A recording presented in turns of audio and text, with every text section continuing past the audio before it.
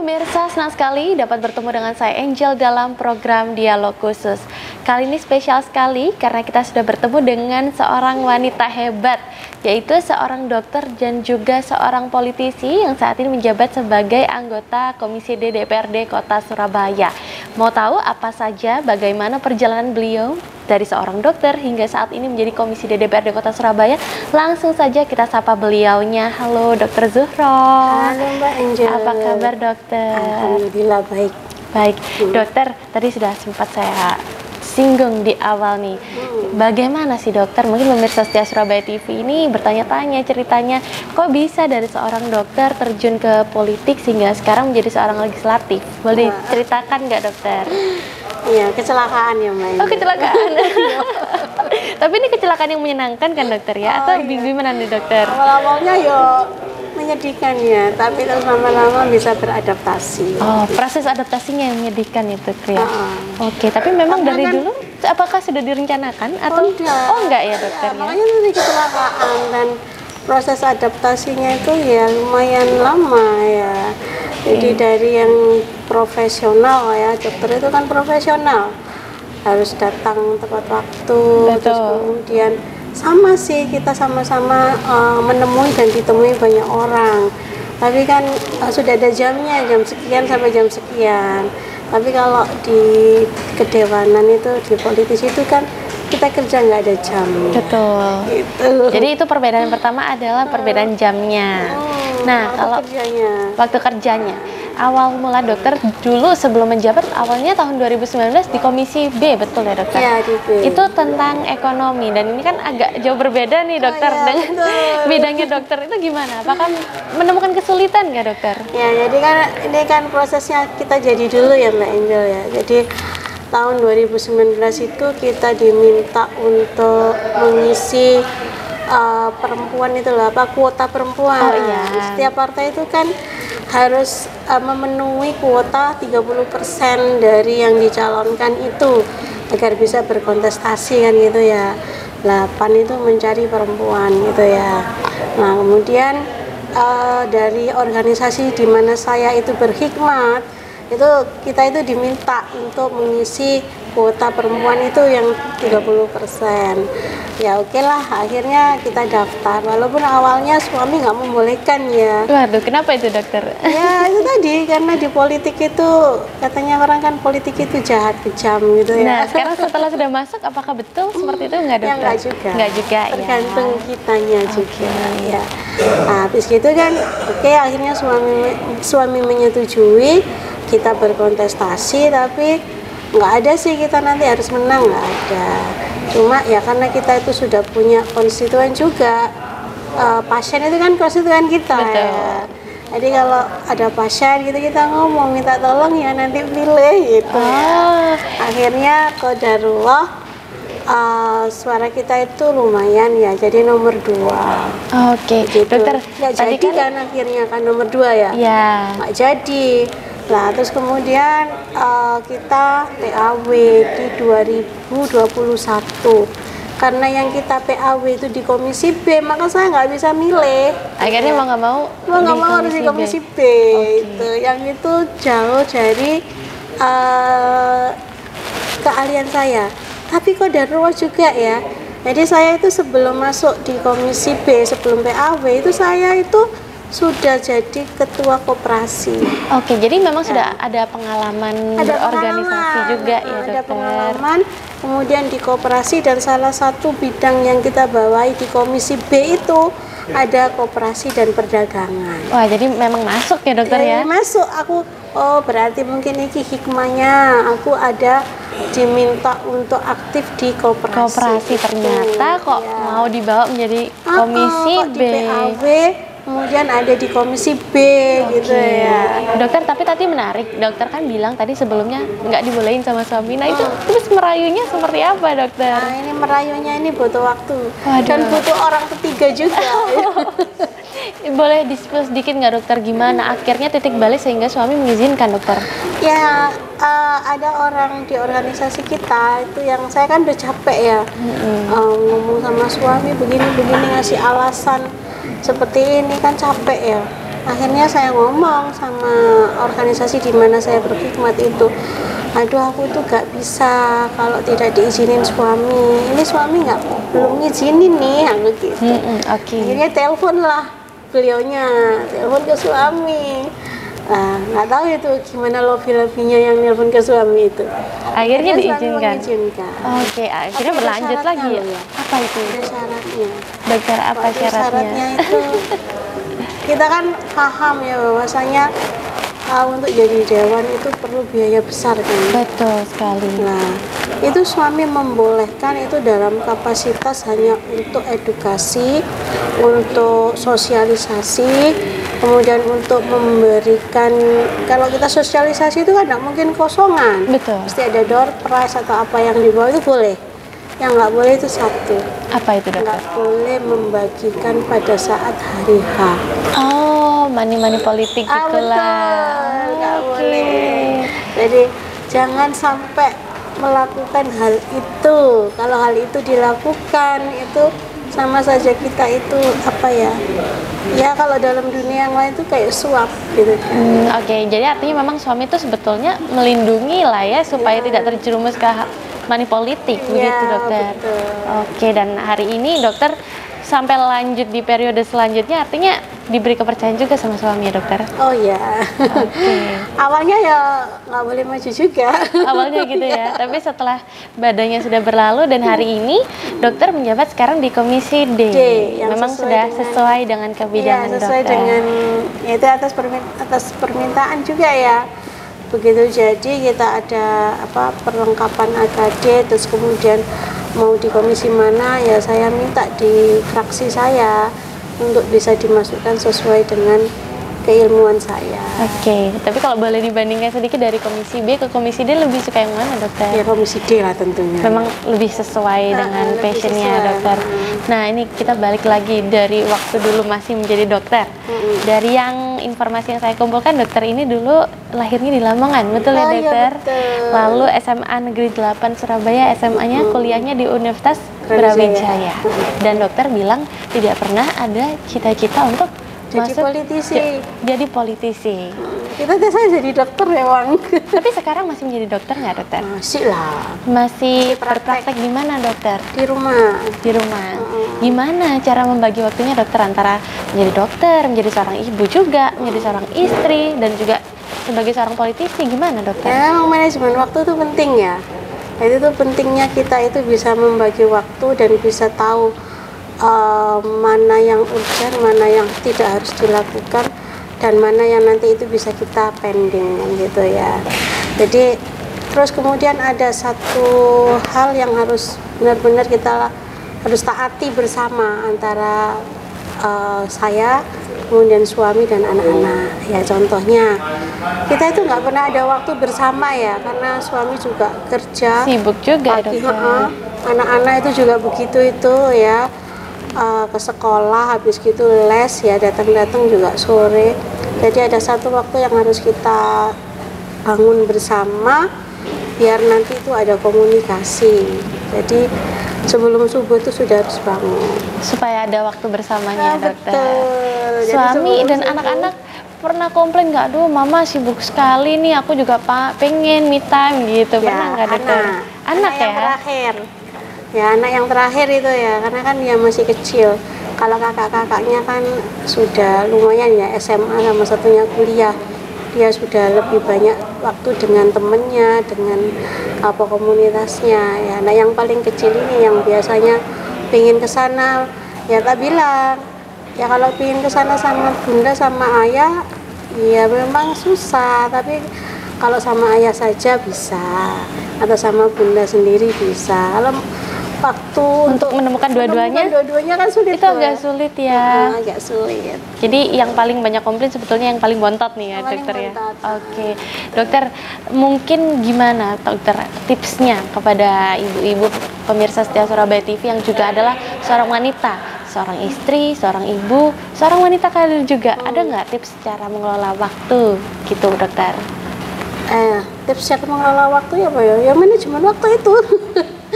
Jadi kita harus punya schedule yang harus ditaati bersama yang itu.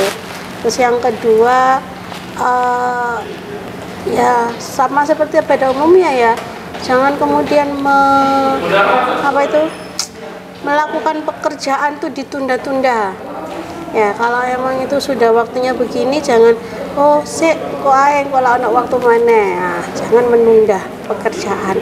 Kalau sudah waktunya masak ya cepat masak, kalau sudah waktunya nyuci ya nyuci. Ya namanya capek itu mesti ada, tapi kalau capek itu, kalau kerja itu dilakukan dengan ikhlas, itu capeknya hilang. Katanya suami begitu sih. Oke, itu kan kata suami. Tapi kalau dari dokter Suro sendiri pernah merasa capek nggak? Ya, capek ya. lah. Terus ngatasinnya gimana? Capek. Kalau kata anak muda sih sekarang healingnya gimana dokter? Healing saya itu tidur ya.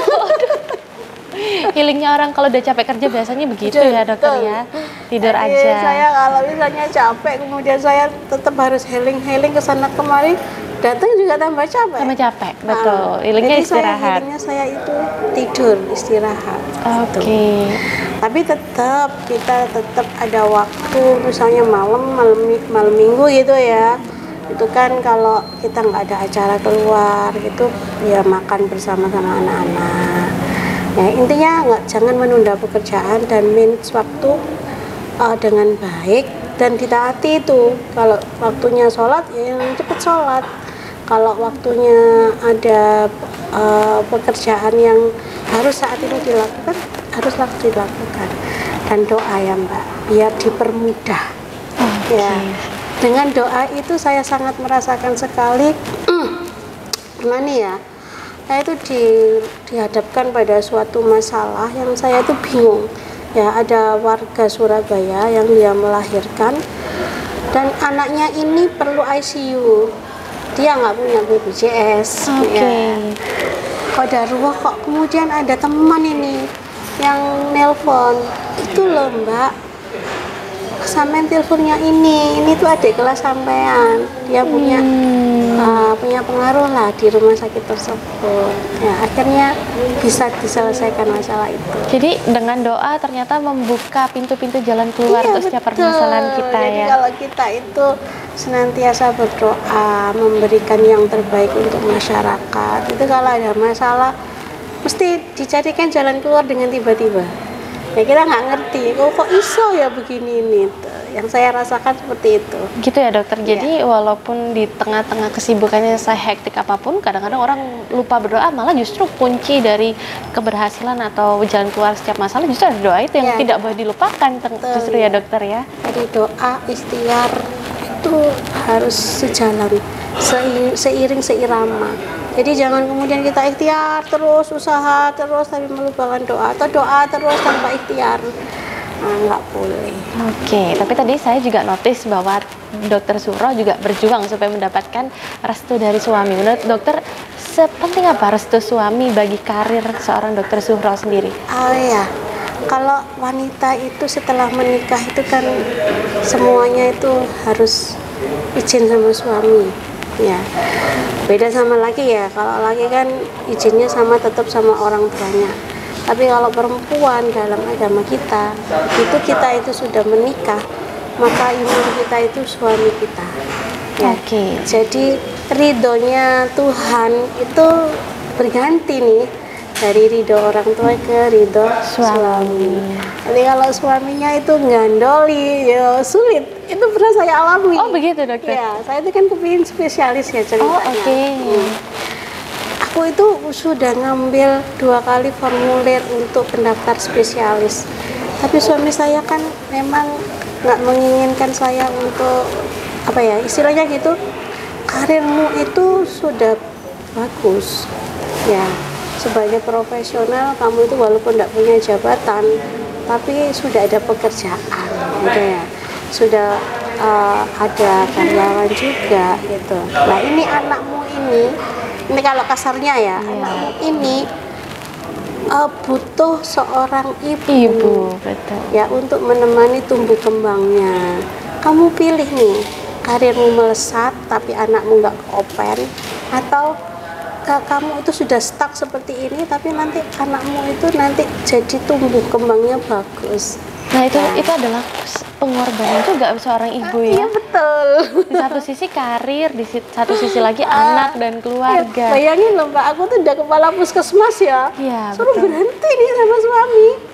Ya, itu kalau kita nggak benar-benar paham tentang peran seorang ibu, ya bagaimana cara mendidik generasi ini agar nanti kemudian dia bisa sama atau paling tidak sama atau lebih dari orang tuanya, itu kan ya mestilah perempuan itu loh, aku ki wis kerja wis duwe gini, nanti itu bisa jadi kepala dinas ke depannya ya. Betul, pasti ada cita-cita impian ke sana gitu ya dokter. Tiba-tiba disuruh berhenti nih, ya gimana?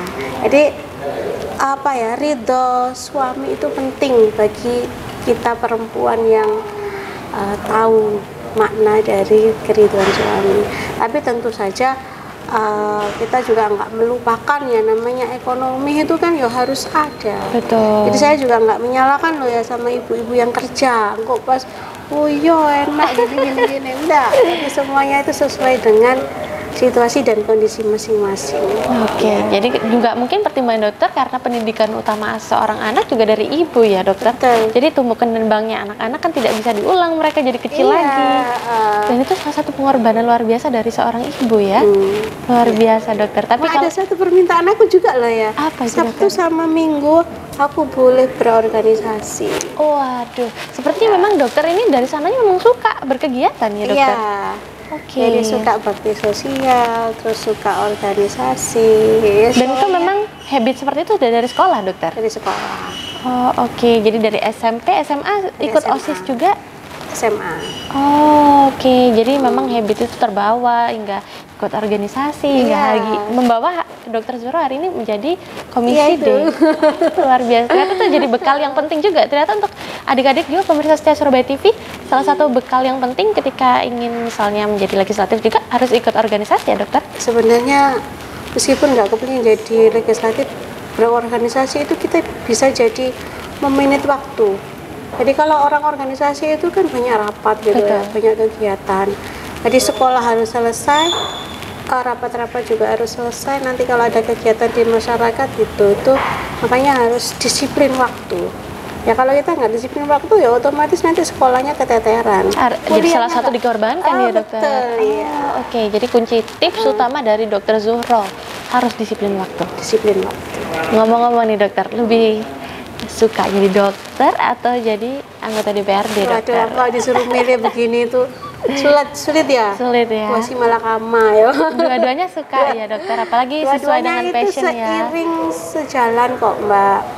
Jadi kita kalau misalnya menolong orang itu ya, saya ibaratkan dulu kalau aku waktu praktek begitu ada pasien yang nggak bisa bayar biaya rumah sakit, paling kan aku hanya bisa ngasih sedikit uang ya untuk biaya rumah sakit, maksimal paling aku bisa bantu 1 juta ya.